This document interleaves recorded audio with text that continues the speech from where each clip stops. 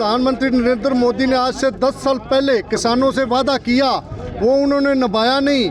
फिर हम हर साल दिल्ली जाते रहे जंतर मंतर पे, कभी कोई मंत्री भेज दिया, कभी कोई मंत्री भेज दिया, लेकिन वादा नहीं निभाया। आपको पता है कि पीछे से फिर पूरे देश का किसान दिल्ली के बॉर्डरों पे जाके बैठ गया था, पूरी चारों तरफ से दिल्ली घेर ली थी। तो 1 साल तक किसान वहाँ बैठा रहा। फिर प्रधानमंत्री ने वादा किया कि मैं 3 काले कानून को ख़त्म करता हूँ और जो आपकी 20-25 साल पुरानी मांग है उसके ऊपर कमेटी बना के मैं सारे वादे आपके पूरे करूँगा।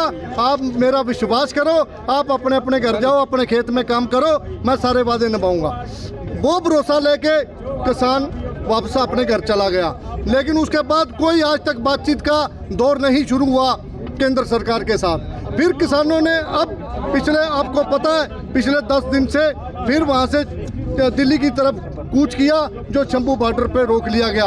उनके साथ ऐसा दुर्व्यवहार किया गया जो ऐसा जैसे चीन ने हमला कर दिया हो।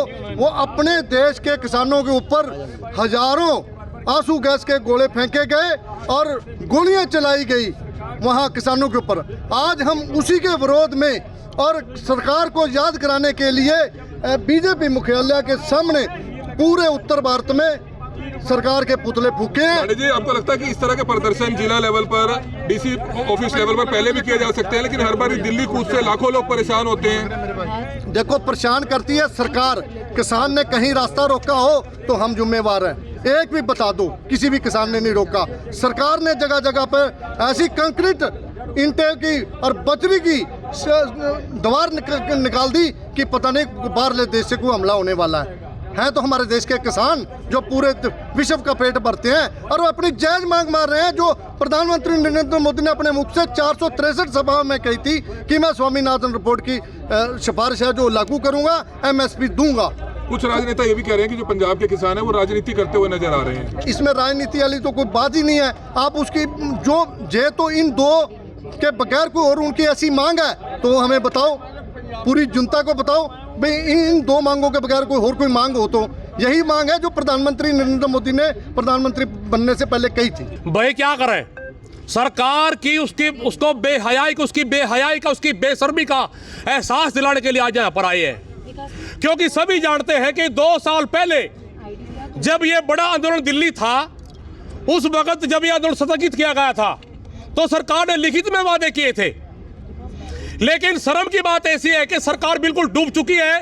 2 साल से ज्यादा का समय बीत जाने के बाद भी आज तक किसी वादे पर विचार नहीं किया गया, एक भी वादे पर। और उन्हीं बातों को याद दिलाने के लिए पंजाब से हमारे भाई जब दिल्ली चले तो उनको शंभू बॉर्डर पर और दूसरे अन्य बॉर्डर पर रोक दिया गया। और रोका भी कैसे?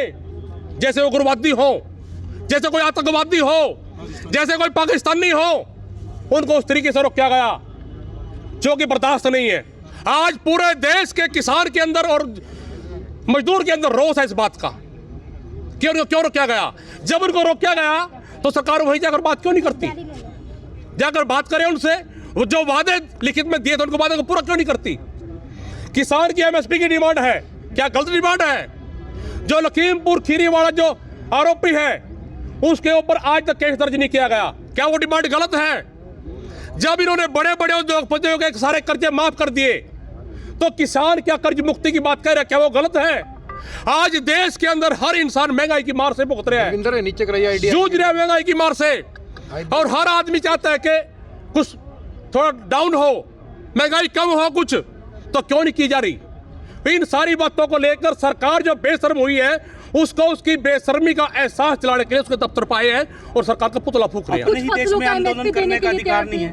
वही तो बात देख लो, आपके सामने है। सारा देश इनकी नीतियों को देख रहे हैं। आज पूरे देश के सामने इनकी नीति, इनकी सोच क्या है वो सबके सामने है। कुछ फसलों में MSP देने के लिए तैयार? अरे कुछ नहीं, कुछ भी सब ढकोसला है, सब झूठ है, वो वार्ता विफली हो चुकी है। सांगवान जी, आपको लगता है कि हर बार जब भी किसान दिल्ली कूच करता है और बॉर्डर सील कर दिए जाते हैं, लाखों आम जनता कितनी परेशान होती है, चाहे शादी पे जाने वाले परिवार के लोग हों, बाराती हों या बच्चे हों जिन्होंने पेपर देने हैं? बिल्कुल सही बात कही आपने।